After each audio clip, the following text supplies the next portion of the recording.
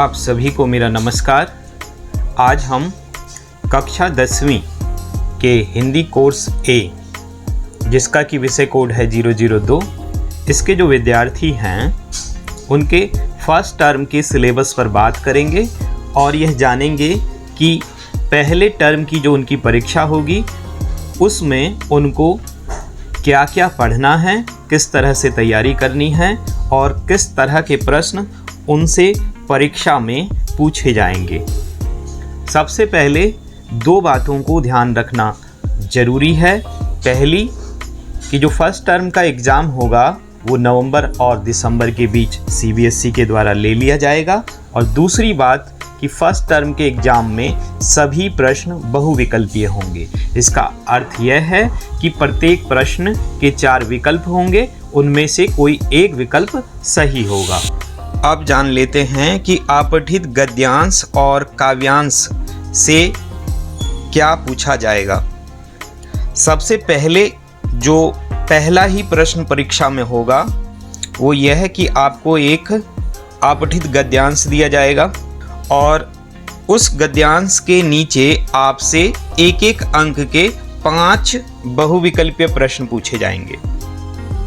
यहाँ पर यह बात ध्यान रखनी है कि ये जो अपठित गद्यांश आएगा इसमें विकल्प दिए गए होंगे, यानी कि जो अपठित गद्यांश होंगे वो 2 होंगे, लेकिन आपको उसमें से करना केवल एक ही होगा, एक उसके अथवा में पूछा जाएगा।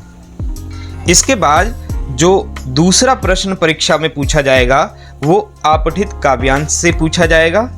इसमें आपको आपकी पाठ्यपुस्तक के बाहर से किसी कविता की कुछ पंक्तियां दे दी जाएंगी और उसके नीचे एक एक अंक के 5 प्रश्न आपसे पूछे जाएंगे जो कि बहुविकल्पीय होंगे, और कविता के भाव को समझते हुए आपको उन 5 प्रश्नों के उत्तर देने होंगे। यहाँ पर आपको विकल्प भी दिया जाएगा, यानी जो काव्यांश आएंगे वो 2 आएंगे, आपको उनमें से किसी एक काव्यांश को ही हल करना होगा। इस तरह अपठित गद्यांश और काव्यांश जो कि आपकी पाठ्यपुस्तक के बाहर से होंगे उसमें गद्यांश 5 अंकों का होगा और काव्यांश 5 अंकों का होगा। कुल 10 अंकों के अपठित गद्यांश और काव्यांश पूछे जाएंगे।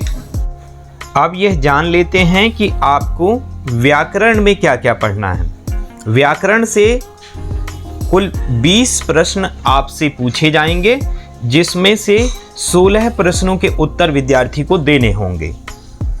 व्याकरण में सबसे पहले हमको रचना के आधार पर वाक्य के भेदों के बारे में पढ़ना है, जहां से एक एक अंक के 5 प्रश्न परीक्षा में पूछे जाएंगे, जिसमें से 4 प्रश्नों के उत्तर विद्यार्थी को देने होंगे।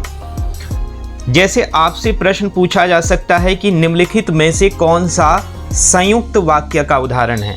आपके सामने 4 विकल्प होंगे, उनमें से कोई एक विकल्प आपको उसका चयन करना होगा।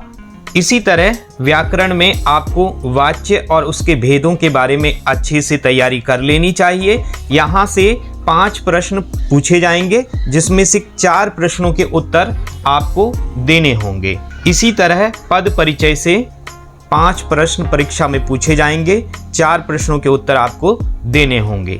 आपको एक वाक्य दे दिया जाएगा और उसके अंदर किसी एक शब्द को रेखांकित कर दिया जाएगा और उस शब्द के बारे में, उस शब्द का पद परिचय आपसे पूछा जाएगा और फिर आपके सामने 4 विकल्प दिए जाएंगे, उनमें से कोई एक विकल्प सही हो। इसी तरह आपको व्याकरण के अंदर रस और उसके जो भेद हैं उनको अच्छे से तैयार कर लेना चाहिए। यहाँ से भी एक एक अंक के 5 प्रश्न पूछे जाएंगे, आपको 4 प्रश्नों के उत्तर देने होंगे।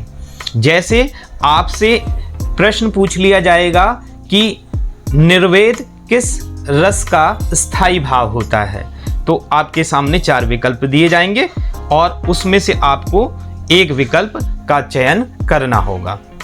इसी तरह हो सकता है कि कोई एक पंक्ति दे दी जाए और उससे आपसे पूछा जाए कि जो यह पंक्ति है इसमें कौन सा रस है। इस तरह व्याकरण में कुल 20 प्रश्न पूछे जाएंगे, आपको 16 प्रश्नों के उत्तर देने होंगे। अब जानते हैं कि जो हमारी पाठ्यपुस्तक क्षितिज भाग 2 है उससे हमें कौन से पाठ पढ़ने हैं।